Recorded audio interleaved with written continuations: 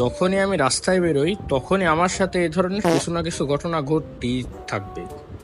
আসলে কি বলতে ইচ্ছে হয় যে ছাগলের কি বাড়িতে প্ল্যানিং ছিল যে আমি যখন এই রাস্তাতে আসবো তখন ঠিক আমার গাড়ির সামনে এসে লাফাই পড়বে। আর কি বলবে, এই দেশের রাস্তার উপরে এই যে বড় বড় বাস রাখা থাকে কি জন্য, এর কাহিনী আমি আজ পর্যন্ত বুঝলাম না।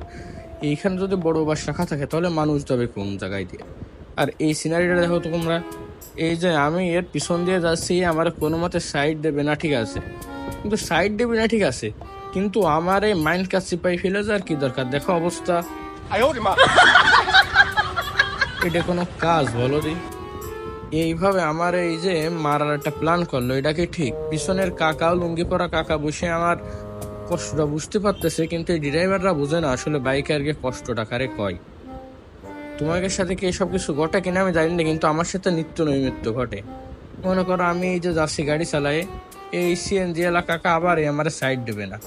ওর সামনে আসলে কিন্তু জায়গা আছে, তবুও আমার সাইড দেবে না কি জন্য? এই যে ওর সাথে আমার কোন ধরনের শত্রুতা আসলে সেটা আমি জানি না। দেখো এই যে ঠিক ওর সামনে জায়গা ছিল, তবুও আমার সাইড দিল না। এটা কোনো কাজ? আর রাস্তার যে অবস্থা বাংলাদেশের, মনে করো রাস্তা হচ্ছে 3.5 হাত, কিন্তু এই আর 4 রাত বাস রাস্তার মাঝখানে রাখা থাকে। বিশ্বাস হচ্ছে না তো? চলো সামনে চলো দেখাচ্ছি। মনে করো এই বাসটা এই যে পাশে সাইড করা, ঠিক আছে মাইনে নিলাম, কিন্তু সামনের এই যে বাসটা, এ তো অর্ধেক রাস্তার উপরে। এর জন্য দেখা যায় আমাকে কি পরিমাণ কষ্ট হচ্ছে। আমরা যাত্রীরা কি রিক্সি করে আমরা বাইকাররা বাইক চালাই, এটা আসলে মাইনে নেওয়ার মতো না।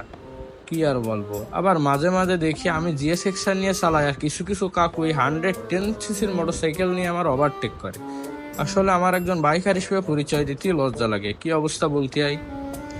আর এনতে কিছু দূর পার হওয়ার পরেই দেখলাম দুই রোমান্টিক বাইকওয়ালা, তারা আসলে বাইকের উপর দিয়ে দুইজন দুইজনের জড়াই ধরার চেষ্টা করতেছে, কিন্তু ইজি বাইক আলার কারণে সেটা করতে পারলো না। আমি দুই বান্দার চেহারা আসলে ক্যামেরা আনার চেষ্টা করিলাম, কিন্তু সময় স্বল্পতার জন্য আর কি আমি এটা করতে পারিনি। আসলে করতে পারলে ভালো লাগলো। এত রোমান্টিক দুইজন, বাহ, দেখে মনটা জোড়ায় যায়। আবার মাঝে মাঝে এই যে গাড়িগুলো আসে, এই গাড়িগুলোর জন্য আমার ভয় লাগে আসলে রাস্তায় গাড়ি নিয়ে উঠতি। এদের বেল বেড়ে কিছু নেই, যদি কোনোভাবে এসে আমার গুতা দেয়।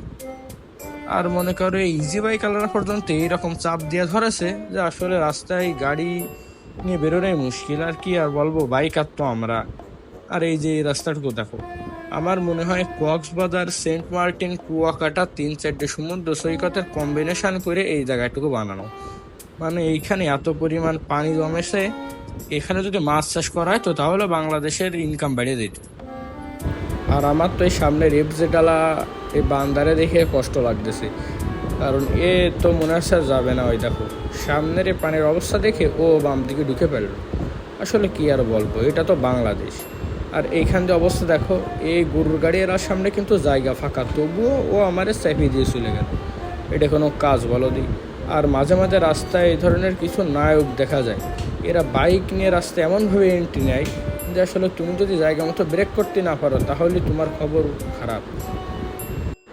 আর এইটি এমন একটা জায়গা, যার যেদিক দিয়ে ইচ্ছা সে সেদিক দিয়ে গাড়ি ঢুকাই দিচ্ছে, আর বলে লাভ নেই। আসলে লাইফ রিস্ক যে কী পরিমাণে আসলে সেই সব জায়গা দেখলেই বোঝা যায়। আবার কিছু দূর যাওয়ার পরে দেখি লুঙ্গি পরা কাকা হেভি একটা পাটের সাথে রাস্তাটা পার আসছে, সে একটা অন্যরকম ভাব আর কি। আসলে যে থাকে তার ভাবে, সেদিকে আমরা আবার না তাকালাম। আবার এইদিকে আমি ঢুকে দেখি এক নীল জামা পরা উসাইন বোল্ট দৌড়ে যাচ্ছে রাস্তা দিয়ে, আবার আমার ক্যামেরার সামনে এসে থেমে গেল। সো আসলে ভিডিওগুলো যেহেতু তোমাদের জন্যই বানাই, তোমরা ভিডিওগুলো দেখবা, লাইক করবা, আর যদি আমার চ্যানেল নতুন হয়ে থাকো তো সাবস্ক্রাইব করে দিবা। টাটা।